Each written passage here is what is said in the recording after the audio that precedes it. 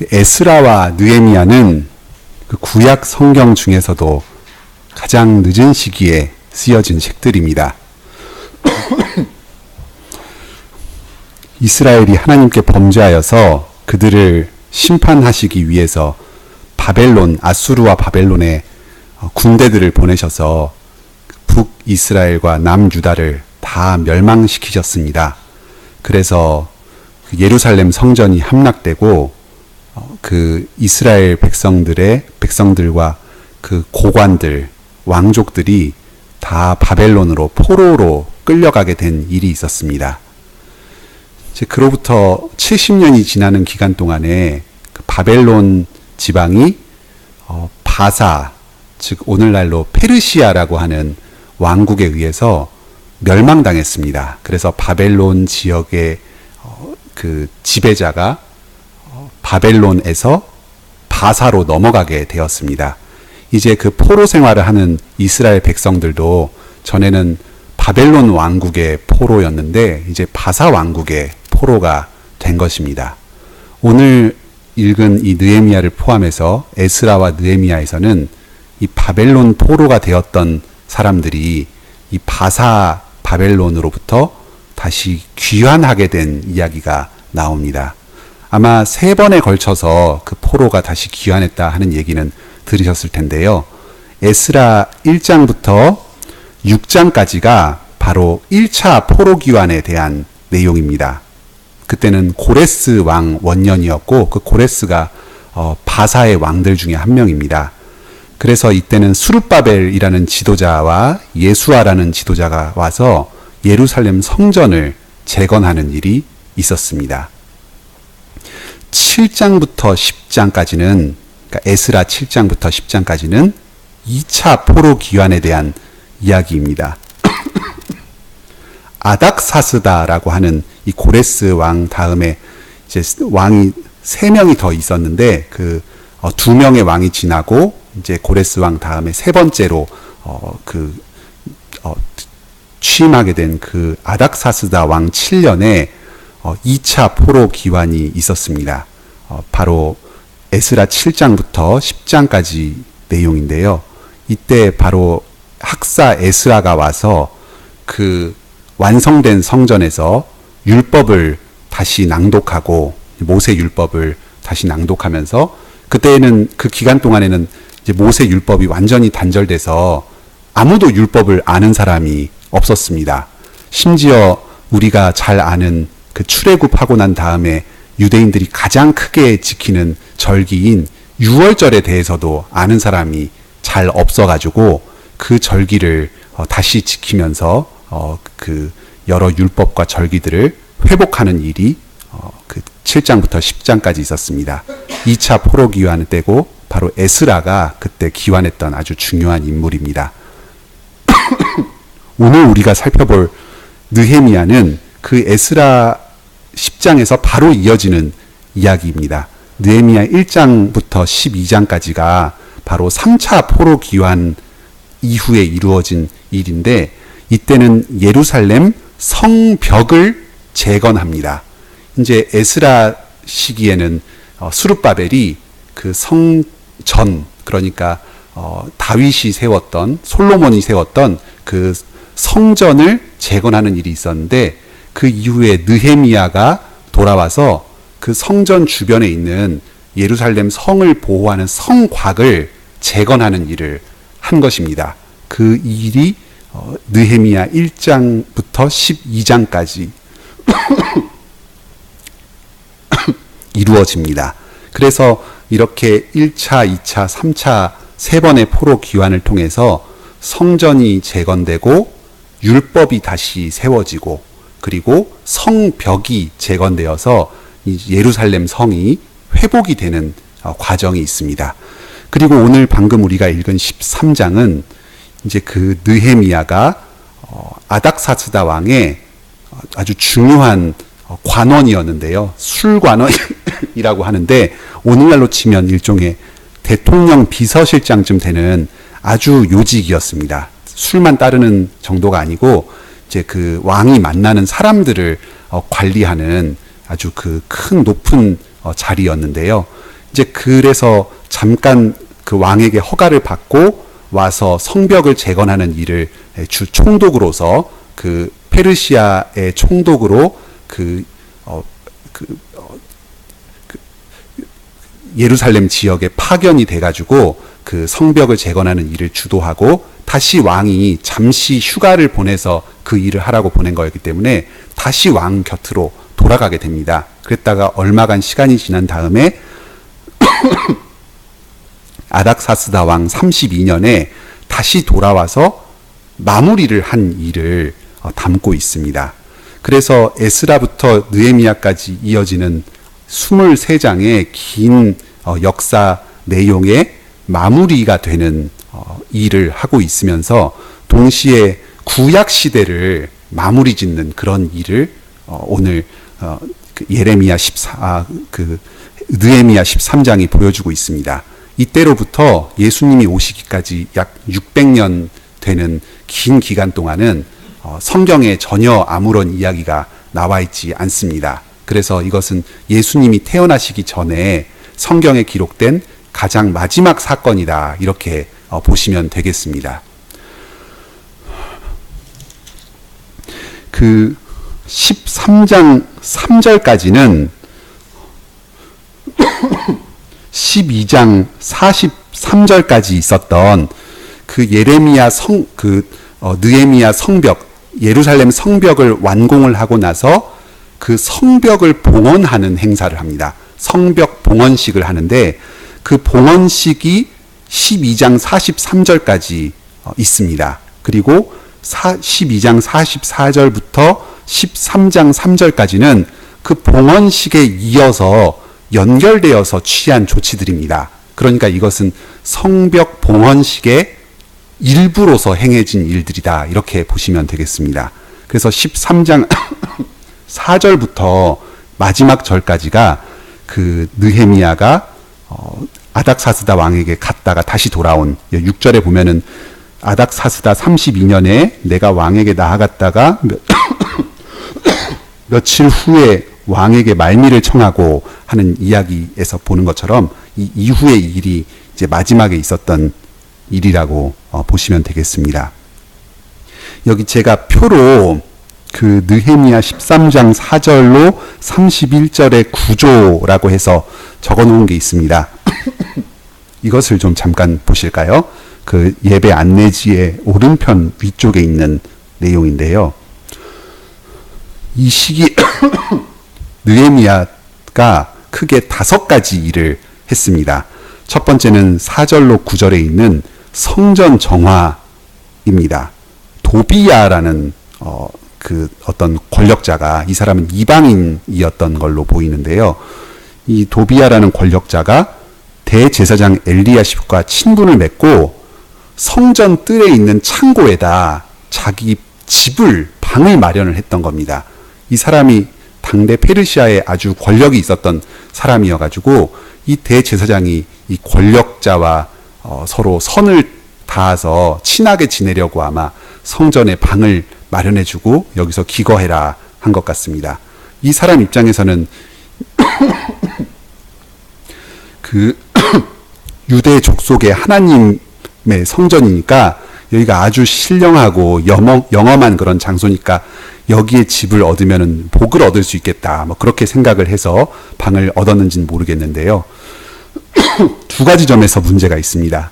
그런 이방 사람을 함부로 성전에 이제 그 방을 주어가지고 하나님의 전을 더럽힌 문제가 하나 있고, 두 번째로는 이 사람이 그 창고를 차지하고 있어서 이 창고의 기능이 제 기능을 하지 못하는 문제가 있었습니다. 이 창고는 본래 여러 재물들과 성전의 기구들과 그리고 그 제사장들에게 나눠줄, 레위인들에게 나눠줄 그 음식들을 모아놓는 그런 기능을 하는 창고였는데, 이 도비야란 사람이 여기를 차지하고 있으니까 성전 기물도 제대로 관리가 안 되고, 그리고 제사들의 재물도 관리가 안 되고, 그리고 레위인들에게 나눠줄 식량도 제대로 공급이 되지 않는 그런 실정이었던 겁니다. 그래서 이 사람을 치우고 성전을 정결하게 하는 일을 먼저 했습니다. 두 번째로는 10절로 14절에서 레위인들이 제대로 식량을 공급받지 못해서 배가 굶는 겁니다. 오늘날로 치면은 목사가 열심히 목회를 하는데 성도들이 많이 있는데도 헌금을 안 하는 겁니다. 그래서 목사가 생활을 하다 못해가지고 이제 직장에 나가서 평일에는 직장 생활을 하다가 이제 주일에 와서 설교를 하기도 하고, 또 근데 설교를 못 하겠으니까 너무 힘들어서 준비도 못 하고 그러니까 어떨 때는 설교를 못 하기도 하고, 뭐 이렇게 되는 상황과 비슷합니다. 그래서 그 느헤미야가 사람들을 막 책망을 하면서 그 11조를 제대로 내라고 해서 그걸 걷어서 레위인들에게 나눠주고, 그리고 고향으로 돌아가서 생업에 종사하고 있었던 레위인들을 다 불러 모아가지고 성전을 제대로 지키고 성전의 일을 하도록 하는 일을 했습니다. 세 번째로 시행한 개혁은 15절로 22절에 있는 안식일에 대한 것이었습니다. 이제 이방인들이 그 유다인들도 있었을지도 모르는데 주로는 아마 그 지역에 살고 있는 이방인들이 밖에서 오기도 하고 안에서 오기도 하고, 그래서 그 안식일에 이제 물건을 가지고 와서 판매를 한 겁니다.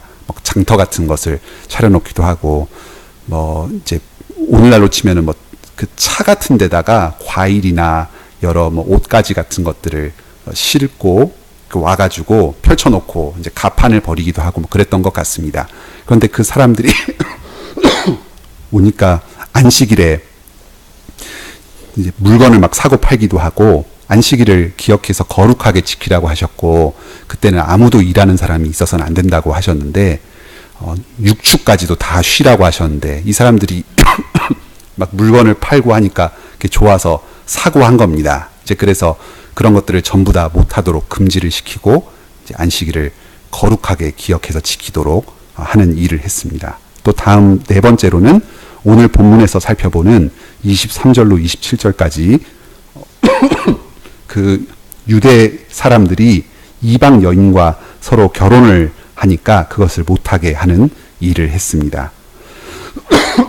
그리고 마지막으로 다섯 번째는 28절로 31절까지 그 제사장들이, 특히 레위인들이 이방 여인과 결혼하니까 이것은 그 방금 살펴본 것과 좀 다른 차원에서 제사장이 그 깨끗함을 유지하지 못하는 이런 그 제사를 제대로 드리지 못하는 아주 부정한 상태에서 제사를 드리게 되는 이런 문제가 또 있기 때문에 이것을 정화하는 일을 했습니다.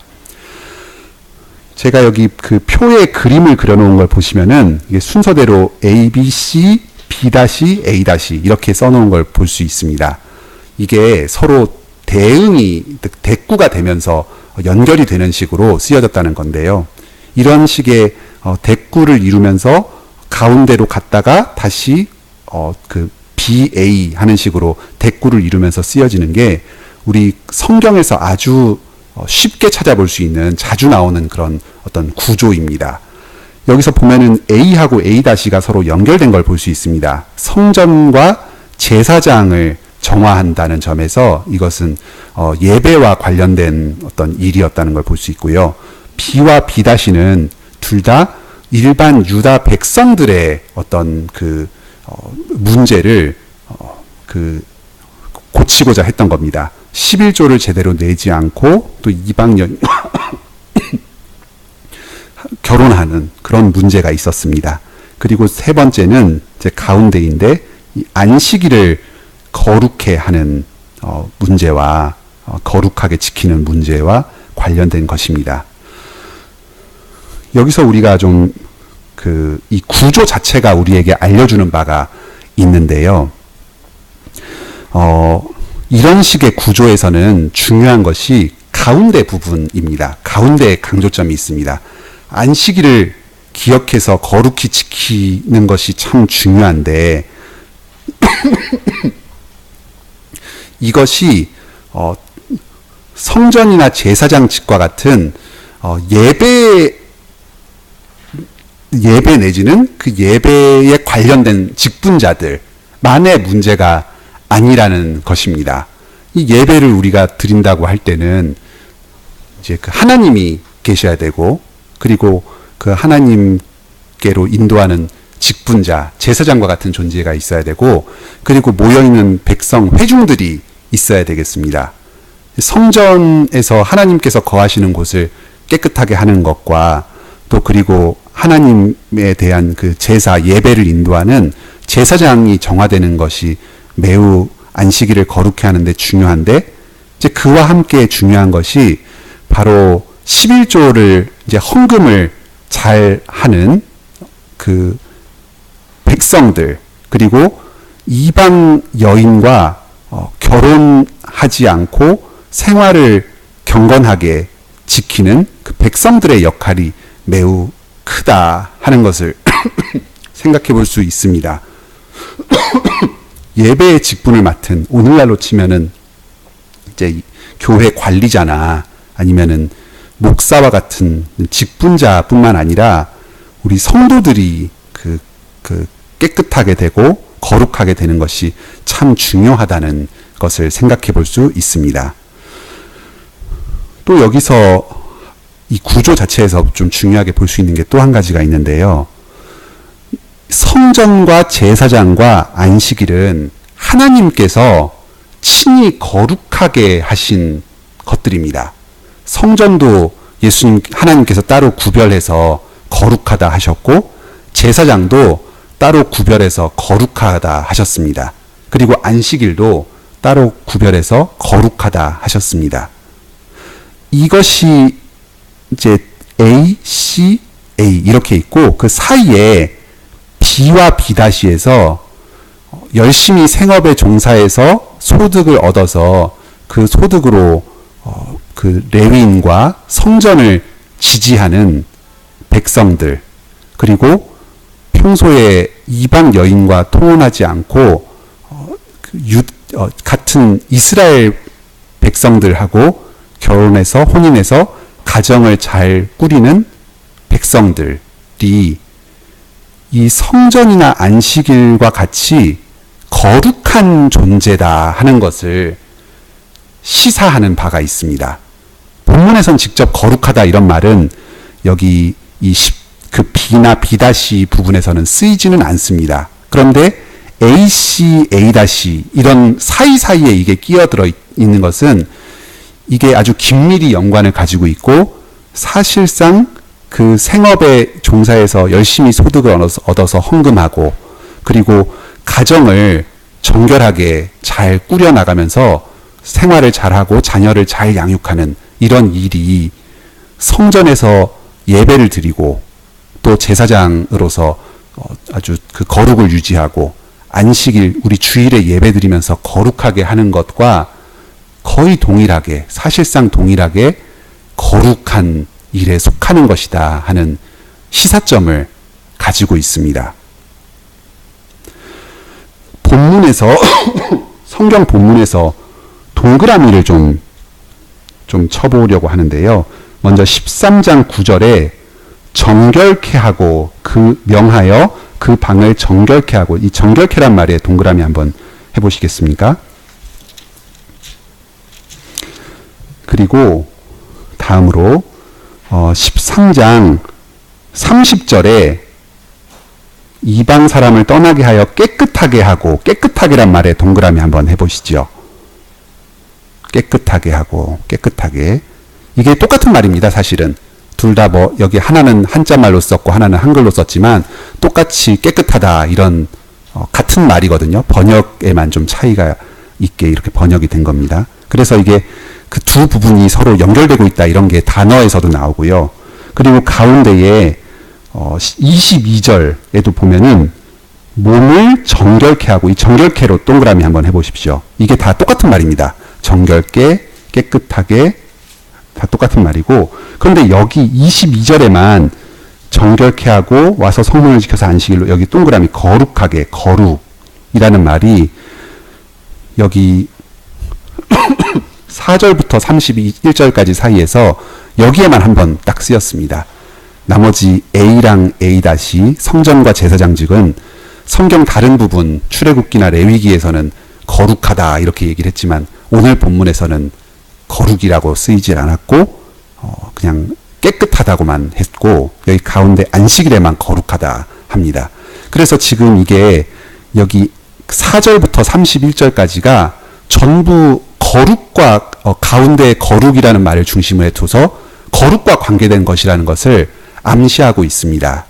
그리고 깨끗하다 하는 말을 양쪽 끝과 가운데에 넣어서 이게 전부 그 정결한 것과 관계된 것이라는 것을 암시하고 있고, 즉 그 사이에 있는 비와 비닷이 우리가 열심히 평소에 생활을 해서 이제 불을 창출해서 그걸로 예배를 위해서 드리는 것, 그리고 그 가정 생활을 말씀에 따라서 잘 꾸려서 이제 그 아내와 남편과 또 자녀를 잘 기르는 것, 이런 게 이 깨끗함, 정결함과 거룩함에 관계된 것이고, 안식일을 기억하여 거룩히 지키는 것과 아주 밀접한 연관이 있는 일이라는 것이 이런 데에서 살펴볼 수 있습니다.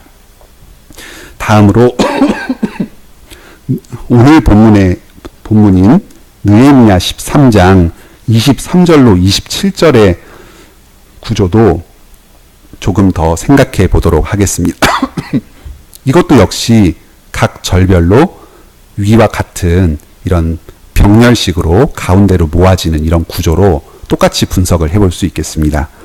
먼저 23절에서는 유다 사람이 이방 여인을 아내로 삼았다. 아스돗과 암몬과 모압 여인을 취해서 아내로 삼았다. 이런 얘기가 나옵니다.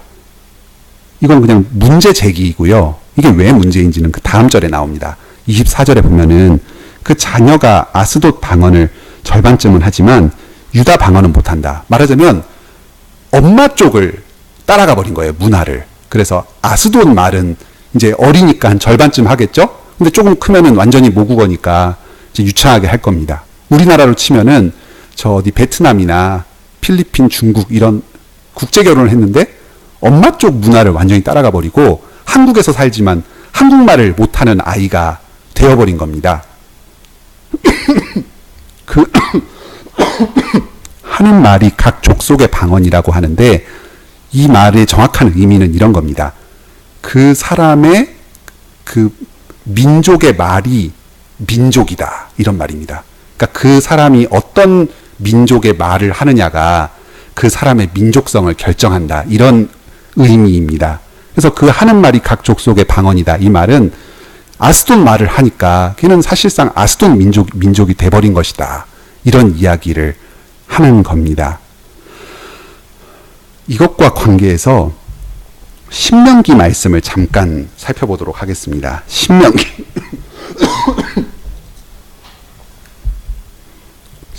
5장 말씀입니다.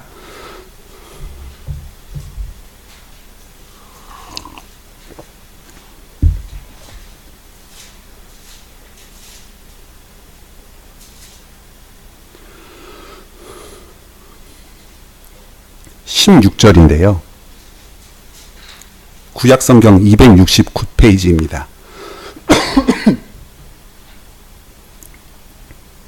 신명기 5장은 이제 이스라엘 백성들이 광야에서 40년 동안 이제 하나님께 많은 시험을, 이제 훈련을 당했습니다. 그래서 이제 드디어 가나안 땅에 들어가기 바로 직전에 하나님께서 그 이스라엘 백성들에게 가르쳐 주신 말씀이었습니다.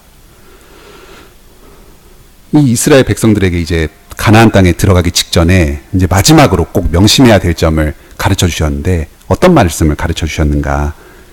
여기 16절에 보면 한번 한 목소리로 읽겠습니다. 너는 너의 하나님 여호와의 명한 대로 내 부모를 공경하라. 그리하면 너의 하나님 여호와가 내게 준 땅에서 내가 생명이 길고 복을 누리리라. 아멘. 10계명인데요. 우리가 알다시피 10계명은 출애굽기 20장에도 나오고 신명기 5장에도 나옵니다. 똑같은 말이 두 번 반복된다, 이렇게 크게 보이는데 조금 세부적으로 보면 다른 점이 있습니다. 여기 잠깐 손으로 잡고 출애굽기 20장에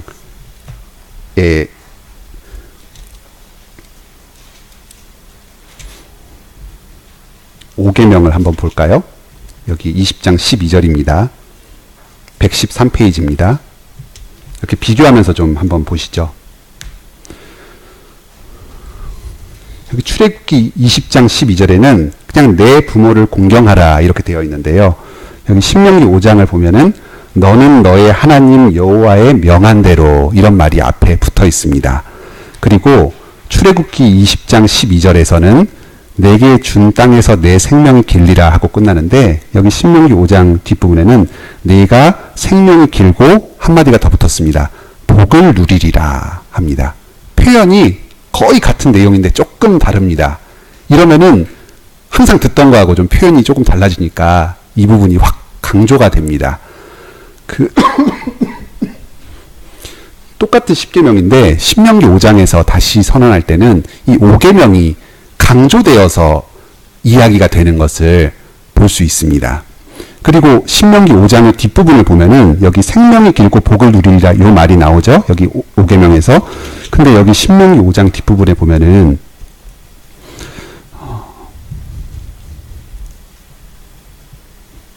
여기 29절에 보면요.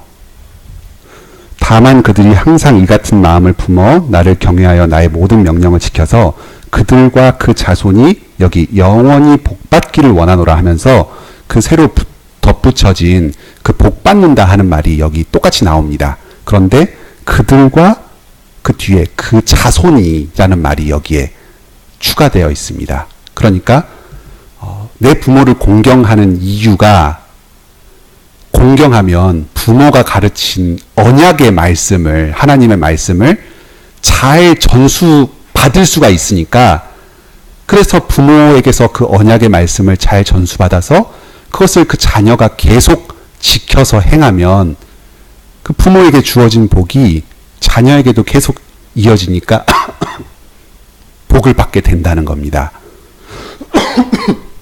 그리고 33절에도 보면은 너희 하나님 여호와께서 너희에게 명하신 모든 도를 행하라. 그리하면 너희가 삶을 얻고 복을 얻어서 너희의 얻은 땅에서 너희의 날이 길리라. 복을 얻고 너희의 날이 길리라. 이 말이 또 여기에 똑같이 나오죠. 그러니까 여호와께서 명하신 모든 도를 행하는 게 바로 부모를 공경하는 것하고 딱 붙어 있다는 것을 이런 데서 알 수가 있습니다. 부모가 계속해서 언약의 말씀을 자녀에게 가르치니까 그러니까 자녀는 부모를 공경하면서 그 말씀을 잘 배워서 하나님과의 그 언약의 관계를 계속해서 지켜나가야 된다는 것입니다. 6장, 신명기 6장에서도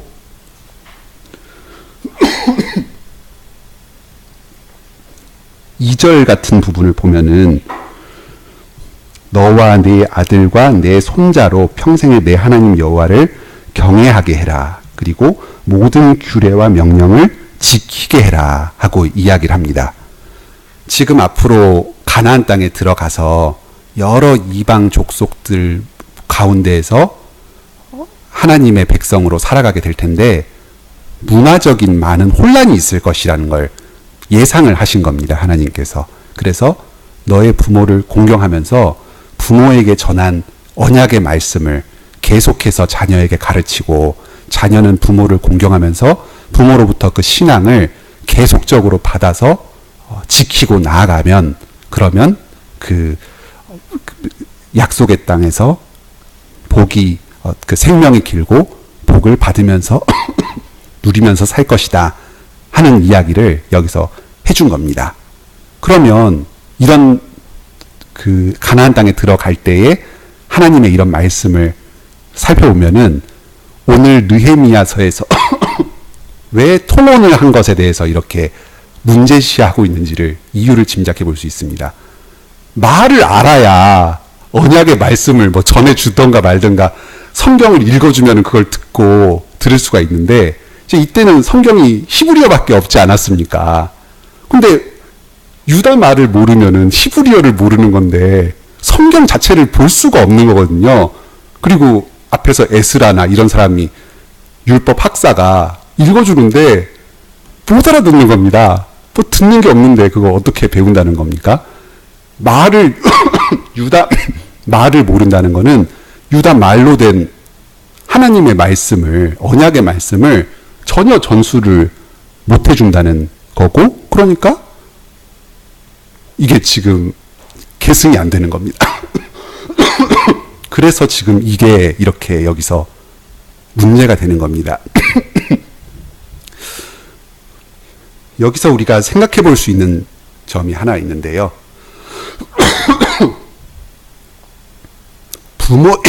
부모의 가장 중요한 역할은 자녀에게 신앙을 잘 전수해 주는 겁니다. 신앙 공동체로서 가정을 세우셨고 여기서 제시를 해주고 있습니다. 이방 여인을 얻는 것 자체가 문제가 아니고, 이제 여기서 주로 문제 삼고 있는 것은 이방 여인 자체가 더럽다, 부정하다, 이런 것은 제사장에게 하는 이야기인데, 여기서 지금 문제 삼고 있는 것은 말이 다르다는 거거든요. 이제 그래서 언약의 말씀을 제대로 전수해 주지 못한다는 것을 주로 문제 삼고 있습니다. 우리가 가정을 세우고 결혼을 할 때도 이 점을 좀 주의 깊게 생각을 하셔야 되겠습니다. 우리 가정을 내가 결혼의 사명을 주고 이제 자녀를 낳아서 기르도록 하시는데 그 목적이 뭐냐? 바로 이 언약을 잘 전수해주는, 이 신앙을 잘 전수해주는 것이 이제 부모가 자녀를 주셔서 계속 키우게 하신 중요한 이유다. 그러면 그것을 같이 가장 잘 감당할 수 있는 사람을 찾아서 이제 그 사람과 같이 가정을 꾸리고 이 일을 감당해 나가야 되겠다. 이런 것을 생각해 볼 수 있습니다.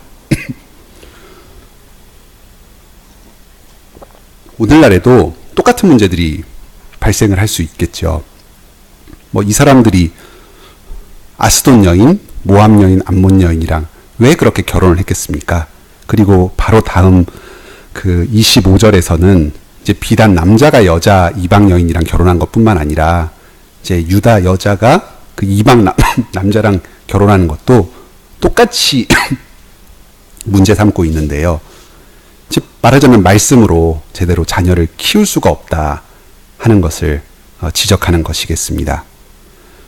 뭐 여러 가지 다른 이유 때문에 오늘날 우리도 뭐 그 불신자나 아니면 신앙이 좀 불분명한 사람과 결혼을 하는 일이 있을 수가 있는데 그것 자체는 그렇게 큰 문제는 아닐 수도 있을지 모릅니다. 하지만 사명을 제대로 감당하지 못한다는 게 이제 오늘 본문에서는 좀 주되게 이야기를 하고 있습니다.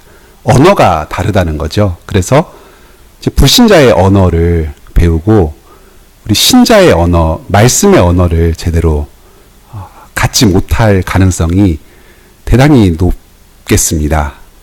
이제 그래서 그런 점들을 좀 잘 생각을 하시고 우리 가정의 사명이 자녀에게 말씀을 잘 가르쳐서 신앙을 계속 전수해 주는 게 우리에게 가정을 꾸리도록 하신 이유고 목적인데 그걸 잘 달성하기 위해서는 내가 어떤 사람과 결혼해야 되겠는가 이런 것을 오늘 말씀을 통해서 좀 잘 생각해 보시길 바랍니다.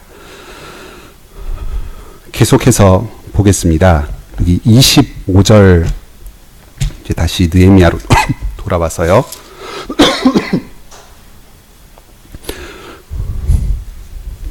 그래서 느헤미야가 하도 속이 상해서 책망도 하고 이거 막 그 욕한다는 거거든요. 왜 그랬냐 하고 비난도 하고 그리고 저주도 하고 너 그러면 지옥 간다 이렇게 저주도 하고 그리고 막 때리기도 하고 그 느헤미야가 총독이니까 좀 지위가 더 높고 지도자니까 아마 좀 이런 처벌을 하는 것도 가능했었나 봅니다. 머리털을 뽑는다고 하는데 이것은 좀 시사점이 있는 그 이야기입니다. 저 레위기에 보면은 그 제사장에게 그 머리 칼을 대지 말고 수염도 깎지 말라 하는 이야기가 나오거든요. 이제 그런데 여기서 바로 머리털을 뽑는다는 게 한 가닥 한 가닥 뽑는 게 아니고 이제 깎는다는 겁니다. 머리털을 대머리가 되게 만든다는 건데요. 이것은 이 사람들 수치를 준다는 것이기도 한데, 이제 깎는다는 것은 이제 평소에도 깎지 않는다는 얘기겠습니다. 그래서 이런 머리털을 깎는다 이런 말을 굳이 쓴 것은 아마 그 제사장에 관한 그 제도와 연관되어서 지금 이 사람들을 제사장과 같이 거룩한 존재로 암시하고 있는 것을 좀 생각해 볼 수 있습니다. 그러니까 그 이방 여인과 통혼을 하게 되면 이제 더 이상 제사장과 같은 그런 거룩한 역할을 제대로 행하지 못하게 되는 것 아니냐. 말하자면 너희는 제사장과 같은 존재 아니냐. 이방 여인과 결혼하지 않고 그 같은 신앙의 그 백성들끼리 결혼해서 그 자녀에게 언약의 말씀을 잘 가르쳐 줘야 될 의무가 있는 것 아니냐. 그런 것을 여기서 좀 암시를 하고 있습니다. 그래서 오늘 그 본문을 통해서 제가 좀 강조하고 싶었던 것이 이 구조로 보나, 그리고 이런 머리털을 깎는다 이런 말로 보나, 이 일반적인 성도를 상당히 제사장과 같은, 그러니까 일반 백성을 제사장과 같은 존재로 지금 암시하고 있는 그 느낌이 아주 많습니다. 말하자면 지금 이 구약의 마지막 사건으로서 예루살렘 성전과 성벽을 재건한 이후에 이제 새롭게 하나님께서 세우실 새 예루살렘의 모습을 이 느헤미야 마지막 부분이 보여주는데, 그것은 장차 모든 백성들이 이 제사장과 같이 그 성전과 같이 이런 거룩한 존재가 되어서 살아갈 것을 강하게 암시하고 있다고 보입니다. 그리고 예배만, 제사장과 성전만 거룩해서 안식일이 거룩해지는 것이 아니라 바로 백성들이 모두 거룩해져야 일상생활과 그 이제 경제생활과 그리고 가정생활이 전부 거룩해져야 참된 안식일의 그 거룩의 정신을 잘 이룰 수 있다 하는 것을 이런 구조와 표현 같은 데서 강하게 암시하고 있는 것으로 보입니다. 그래서 이제 그 하나님을 가리켜서 맹세하라고 시킵니다. 근데 이 부분이 아주 재밌는데요. 그러면서 빗대서 하는 말이 26절에 솔로몬도 그 하나님께 사랑받고 그 아주 모든 만왕 위에 영광스러운 왕으로 삼으셨던 그 솔로몬도 이방 여인이랑 결국 통혼해서 그들의 영향을 받아서 죄짓고 하나님 앞에서 무너졌던 것 아니냐 얘기를 합니다. 왜 솔로몬 얘기를 합니까? 바로 너희가 왕 같은 사람이다. 하나님께 사랑을 받은 솔로몬과 같은 사람이다. 그런데 똑같이 솔로몬과 같이 이방 여인과 통혼해서 하나님을 버리고 죄를 짓게 되는 그런 잘못을 똑같이 저질러서야 되겠느냐 얘기를 합니다. 빗대서 얘기를 한다는 것은 공통적이니까 이야기를 하는 건데 왜 이 시점에서 굳이 백성들에게 얘기를 하면서 솔로몬 얘기를 갑자기 왜 꺼내는가? 그 이스라엘의 가장 찬란한 그 통일왕국으로서 가장 국력이 왕성했던 그 시기에 왕의 이름을 왜 여기서 굳이 꺼내는가? 아마 모든 백성들이 바로 이 솔로몬과 같은 왕과 같은 존재로 그 여겨진다는 것을 이제 미리 내다보고 지금 이야기를 느헤미야가 하고 있는 것으로 보입니다.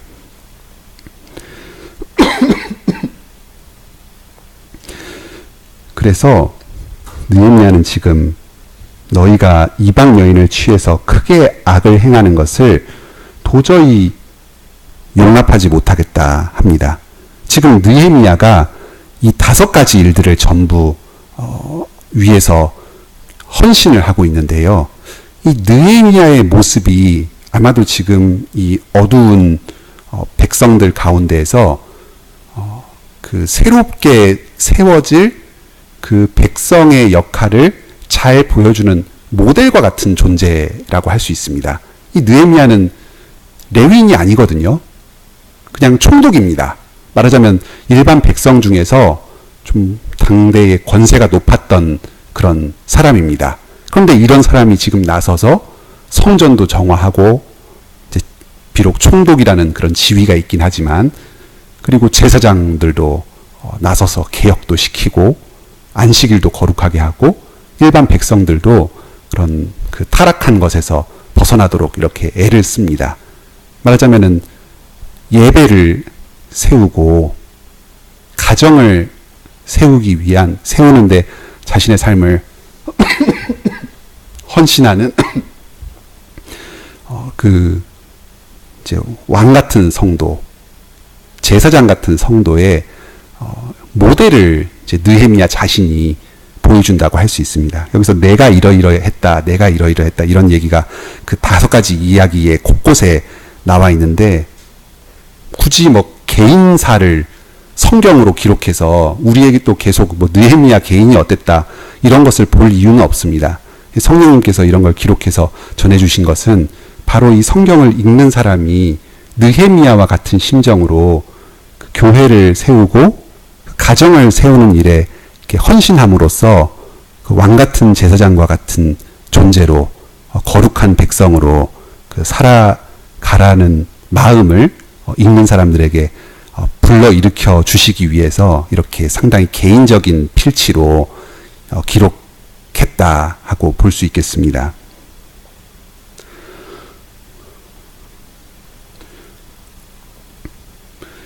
그리고 바로 28절에서 마지막 부분에서 제사장의 손자, 그래서 레위인들이 그 직분을 더럽힌 이야기를 하는데, 지금 그것이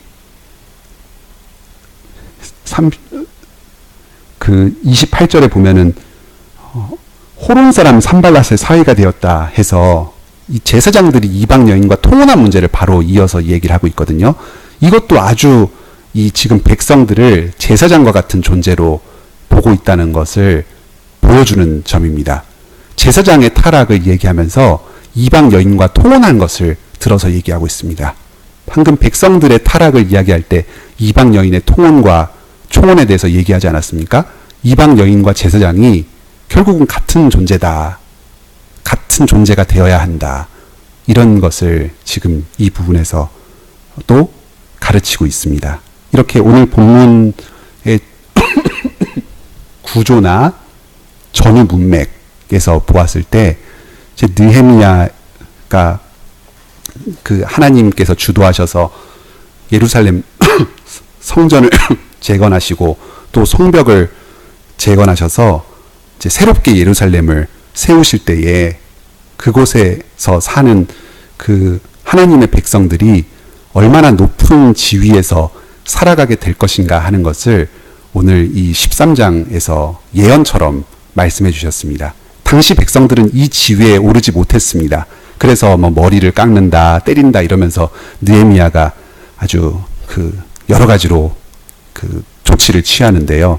그런데 결국 하나님께서 이런 백성들로 세워가실 것이다. 바로 왕 같은 제사장과 같은 백성으로, 솔로몬 왕과 같이, 그리고 제사장과 같이 아주 거룩하고 하나님의 사랑을 받아서 교회와 그 가정을 세움으로써 그 하나님의 거룩하심을 나타내는 그런 존재로 살게 할 것이다 하는 것을 보여주고 있습니다. 신약 성경 한 구절 같이 읽겠습니다. 베드로 전서입니다.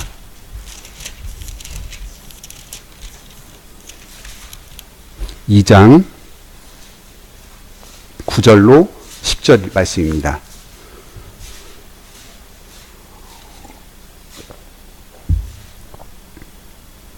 한 목소리로 읽겠습니다. 신약성경 378페이지입니다. 시작. 오직 너희는 택하신 족속이요 왕같은 제사장들이요 거룩한 나라요 그의 소유된 백성이니 이는 너희를 어두운 데서 불러내어 그의 기이한 빛에 들어가게 하신 자의 아름다운 덕을 선전하게 하려 하심이라. 너희가 전에는 백성이 아니더니 이제는 하나님의 백성이요 전에는 긍휼을 얻지 못하였더니 이제는 긍휼을 얻은 자니라. 아멘. 바로 이 느헤미야의 예언과 같은 그 하나님의 계획이 예수 그리스도 안에서 바로 우리에게 이루어졌습니다. 우리가 바로 왕 같은 제사장이고 그의 택하신 백성입니다. 우리가 세상에 나아가서 열심히 자신의 일을 통해서 소득을 얻고 부를 창출해서 그걸 통해서 교회의 목사들과 또 교회 운영을 위해서 힘껏 지원함으로써 우리의 삶 전체가 성전이나 제사장이나 또 안식일과 같이 거룩한 것이 됩니다.